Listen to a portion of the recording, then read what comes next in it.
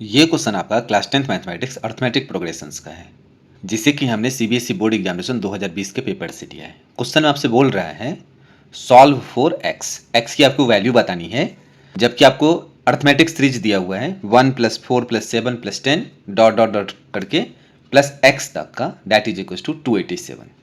यानी कि इस सीरीज का जो टोटल सम है वो आपको गिवन है 287। ये आपका nth टर्म है इसका, ठीक है। तो आपको nth टर्म बताना है जिसका क्या होने वाला है। अब अगर इसका nth टर्म बताना है तो इसका मतलब इसमें नंबर ऑफ टर्म्स मुझे चाहिए, जिसमें टोटल नंबर ऑफ टर्म्स कितना है। तो हम देखते हैं इस तरह के सवाल को किस तरह से सॉल्व करते हैं, ठीक है। जो गिवन एपी है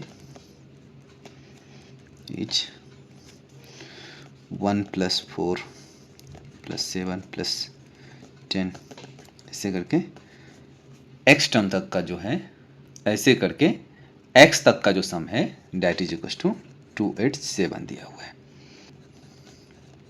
फिर जो आपका पहला टर्म है वो आपका 1 है।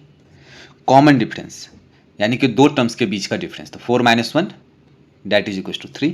तो कॉमन डिफरेंस इसका 3 दिया हुआ है। S N sum of A P जो है वो है आपका 87 एंड जो आपका टी एन है ना that is equal to x दिया हुआ है। यही आपको फाइंड करना है। नो हमें जो है एस एन का फॉर्मूला पता है। एस एन कैसे निकालते हैं, n/2 into 2a plus n-1 into डी। दिस इम्प्लाइज एस एन दिया कितना है, sum total 287 is equal to n/2 into 2a, 2 into a है आपका 1 प्लस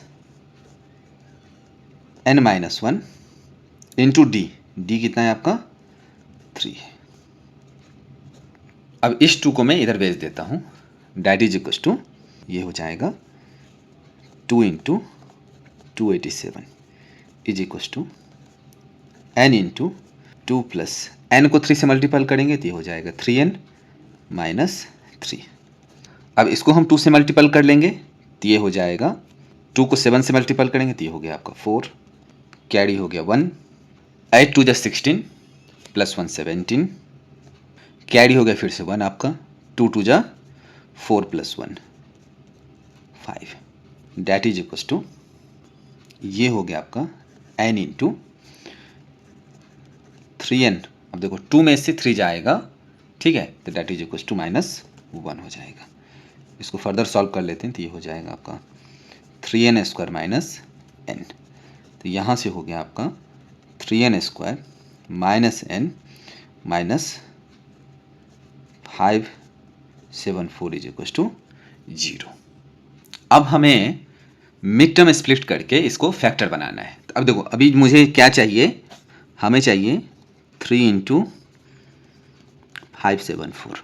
देखो एक फैक्टर तो 3 है, 574 का मैं प्राइम फैक्टर्स करता हूँ, 2 से इसको डिवाइड करेंगे, ठीक है, तो ये हो जाएगा आपका 287, ठीक है, क्योंकि अभी जस्ट मैंने 287 को 2 से मल्टीप्लाई करके ये 574 लाया था। अब देखो क्या ये 3 से डिविजिबल है, तो इसका जो सम होगा 8 + 2 10 + 7 17, तो 17 3 से डिविजिबल नहीं है, तो इसका मतलब ये नंबर भी आपका 3 से डिविजिबल नहीं होगा। अब 3 से डिविजन है तो फिर 5 से चेक करेंगे तो इसका यूनिट डिजिट में 5 नहीं है, तो इसका मतलब ये 5 से भी डिविजिबल नहीं होगा। 7, तो 7 से ये दिख रहा है इजीली, ये हो जाएगा। तो 7 से जब इसको लगाएंगे 7 4 = 28, 7 1 = 7, ठीक है। तो हम यहाँ पे देख पा रहे हैं जो इस पूरे एक्सप्रेशन का, यानी कि 3 इंटू 574 का जो टोटल फैक्टर हो रहा है वो हो रहा है 3 इंटू 2 इंटू 7 इंटू 41, ठीक है। इसको अगर मल्टीपल करोगे आप तो 3 2 = 6, 6 7 = 42 एंड 41, दो फैक्टर्स इसके बन रहे हैं, यानी कि ये हो जाएगा 3n², ठीक है। हमें सब्सट्रैक्ट करके बीच वाला टर्म चाहिए, ठीक है, तो ये हो जाएगा आपका माइनस का 42n plus 41n minus 574 is equal to 0। अब हम यहाँ से 3n कॉमन ले लेंगे, तो ये हो जाएगा आपका n-14, और यहाँ से 41 कॉमन ले लेंगे, ठीक है, तो ये हो जाएगा आपका अभी जस्ट मैंने देखा है जो 41 को 14 से मल्टीपल करेंगे हम तो 574 होगा, यानी कि हो जाएगा 14 दैट इज इक्वल टू 0। यहाँ से क्या हो गया, यहाँ से आ गया आपका n-14 कॉमन, और ये हो जाएगा आपका 3n + 41 इज इक्वल टू 0। इसलिए n is equal to 14 and -41/3, but n is not equals to -41/3, ठीक है। So n is equals to 14, क्योंकि नंबर ऑफ टर्म्स जो होगा वो नेचुरल नंबर में होगा, ये फ्रैक्शन है, एक तो निगेटिव है, तो ये आपका एक्सेप्टेबल वैल्यू नहीं है। तो n आ गया, मतलब टोटल नंबर ऑफ टर्म जो इस सीरीज में है वो है आपका 14, यानी कि इस 40 टर्म्स का सम जो है आपको वो मिला है 287, ठीक है। तो हमें x की वैल्यू चाहिए, now x is equal to a 14th term, ठीक है, क्योंकि 14 टर्म का जो होगा 14th टर्म वही मेरा x होने वाला है, that is equal to a plus n-1 into D.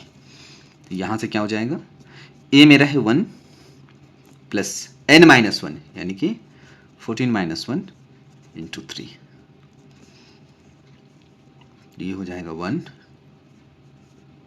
Plus 14-1 that is 13 into 3 that is equal to 1 plus 39 that is equal to 40। So x is equal to a14 that is equal to 40, यही इसका answer हो जाएगा, ठीक है। अगर आपको ये video पसंद आई तो इस वीडियो को लाइक करें, चैनल को सब्सक्राइब करें, दूसरे स्टूडेंट के साथ में से शेयर जरूर करें। Thank you.